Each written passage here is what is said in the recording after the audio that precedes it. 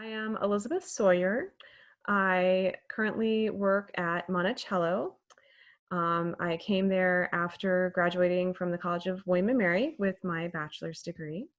And I've worked on the DAX project, I've worked on field crew, and then I'm currently a lab analyst.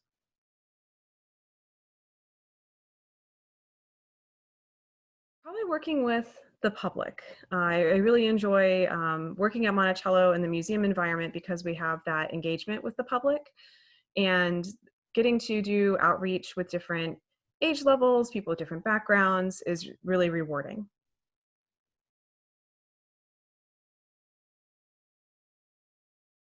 Well, I think you always, you have a warm spot for folks that introduce you to archaeology. So that would be Matt Reeves for me and Kevin Fogel. I interned at Montpelier while I was a student at William and Mary. My mom's house is in Orange County, so it was nearby. And Matt Reeves then gave me my start in archaeology. Before that, I had been a biology major. I don't know why. Um, and it wasn't going so well, and I was looking for some new pursuits, and he got me really hooked on archaeology. So definitely Matt, and Kevin was in charge of interns and lab that first year. Um, and then I did my field school at Wero-Comoko, so that whole gang, Martin Gallivan and Dave Brown and Thane Harpole. And then while I was in school, Audrey Horning was there at William and Mary the first time, and she was just a fantastic educator and archaeologist and person to work with too. A fun fact, I have lived most of my life in Virginia, but I was born in California. So military family, so moved around a lot, but I've claimed Virginia as my own.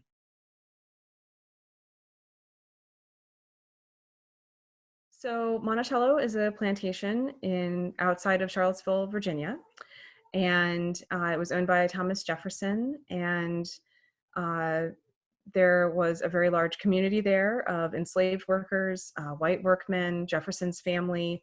By the time he was in his retirement from the presidency, there were, I think it's 26 people living in the mansion related to the Jeffersons. And then he owned 607 slaves in his lifetime. So it's a very, very large plantation community.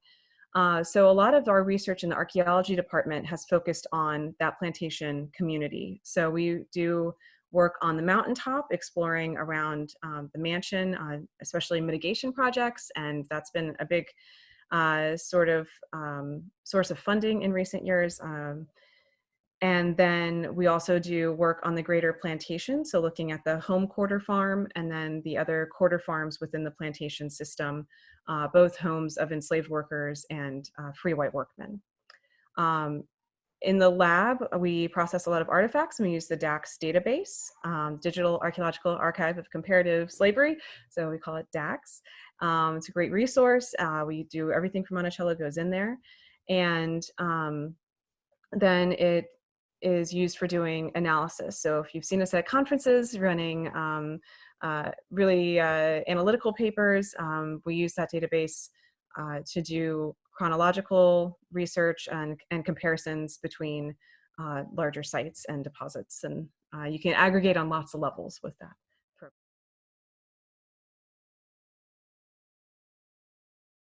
I think long-term would be work on the home farm quarter, homes for enslaved field workers. We just number our sites as we find them during survey.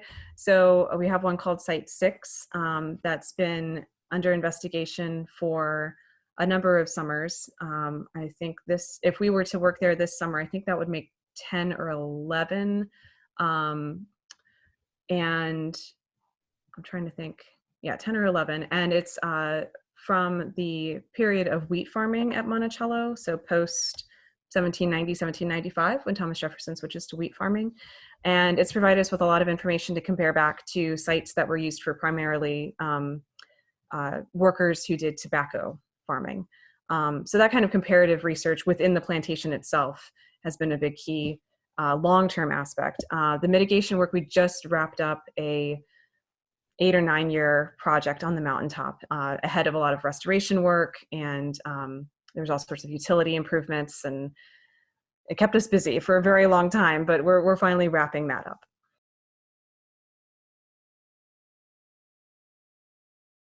We're hoping to learn more about the plantation community, hopefully find some patterns with, like even within that time period of social stratification within the enslaved community or household composition.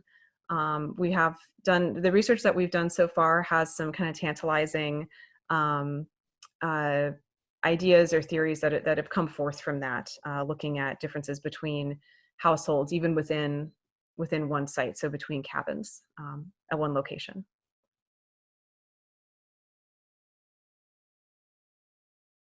Yeah, so we tried to make the conference rounds, the conference circuit, and we presented at SHA about Site 6. Dr. Fraser Nyman wrote an update and talking about that, sort of these preliminary discoveries, and if it can give us hints about social hierarchy or social distinctions between areas. And we'll probably be, we hadn't signed up for MAC, which got canceled, so that kind of worked out. But we'll probably be at ASV again. Crystal Paycheck, myself, Craig Kelly, Allison Mueller, we've all done papers and presentations in the past. So we really like getting to present our information and get feedback from our colleagues on our research.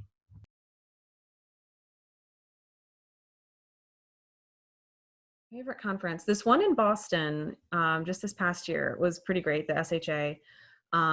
It just had a great energy, a lot of fantastic papers, a big Virginia turnout, and some of our New England friends, obviously. So that was a really good one. Yeah, it's hard to, they all, most conferences are really great just to be able to catch up with folks, catch up on their research and whatnot. SHA DC was what, 2016? That was another really good conference too. And then the MAC conferences are always great for regional information.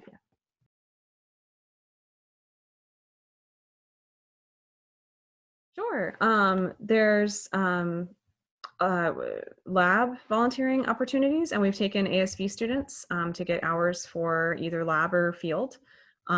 We try to do field hours for ASV certification students in the spring. Crystal Paycheck normally organizes that, and she'll be out on maternity leave starting in the next couple of weeks. So we hadn't planned it for this spring, but maybe in the fall. Volunteering wise, like I said, we take on lab volunteers, and it's made me very sad to be away from them during this time. And they're great from the local community. We've had high school interns, we've had retired folks, we've had stay-at-home moms whose kids are grown up. It's really great to see people get so excited about history and so excited about artifacts, coming from all different walks of life.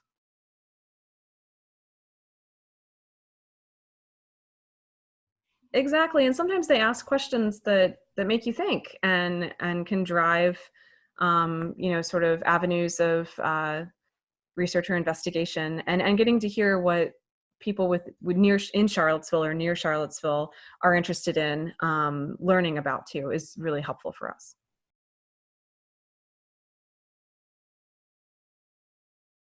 Yeah, so we've been very fortunate that most of us can work remotely. There's been a little bit of field work from safe distances that's happened. It was, fortunately, we were kind of wrapping up a project on the mountaintop, like I said, mitigation work wise. So it happened to be good timing for us. The lab staff all took home, we sort of checked out, we made a checkout log, and we took boxes of artifacts home. So we're actually working through artifacts that were excavated by some big names in our field, Bill Kelso, Barbara Heath, Sue Kern, they did excavations in the 80s and 90s at Monticello, and they had cataloged everything in Rediscovery, which is a program we don't currently use. So we're trying to get everything into the DAX database. So this was actually a really good way for us to tackle the backlog of those projects to get them in DAX. So we're working on projects near the mansion. There might have been some additional quarters kind of up on the mountaintop, not on Mulberry Row. We're not sure about that, but there's big artifact concentrations either from the Jefferson family or other structures, other workmen's quarters or whatnot. So that's been exciting. And then we've stayed connected through Zoom and Microsoft Teams and Google Hangouts, and it's been really great. I think archaeology is one of those disciplines that really fosters relationships between your colleagues, and we've been able to maintain that, which is really nice.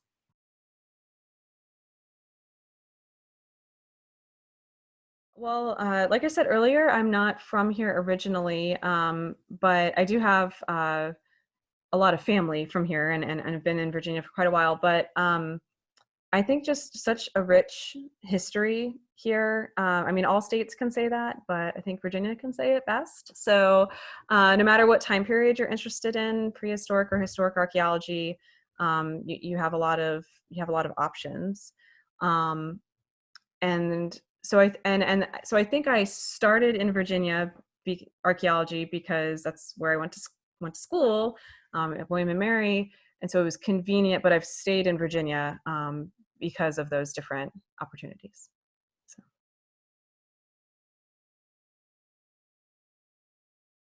I first heard about CoVA. Some of the folks at Monticello would go to meetings and things. I was like, "What do you guys what is this thing you guys keep talking about?" And I decided to join and wanted to join and started going to meetings because I thought it was a really great organization that links together, like I said, all these people that are taking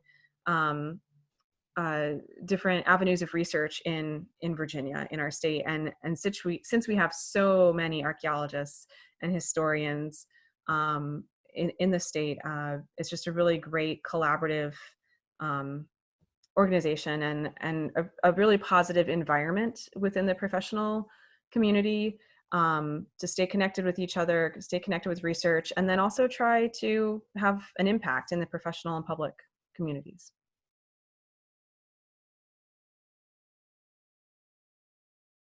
I love getting to stay connected with folks. I mean, that's my favorite part at meetings, getting to see everybody and getting to hear what people are working on, getting to hear about their families and things too.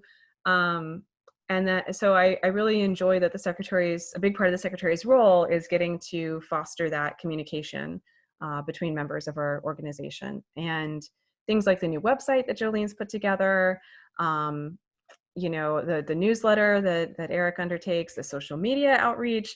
I think it fosters a really positive community.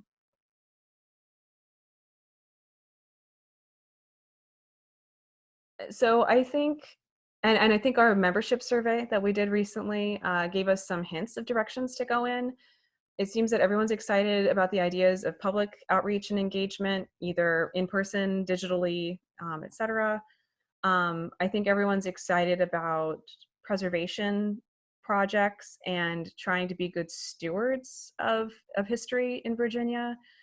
How CoVA can better foster that is things like the Rassawak situation, where we, made sure to get somebody on the, oh shoot, I'm blanking on the name now, to get somebody on the panel of discussion for that, and to just be really good stewards of cultural resources here in Virginia.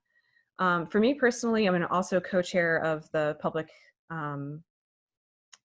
education committee. I started to say public outreach. I was like, no, that's not. It's the other one. Public education committee, and getting to expand some of that. Last year, getting to work with the scout groups that John Mullen organized. That was really rewarding. And I think anything we can do to get the public excited about archaeology in Virginia is definitely positive for the long run.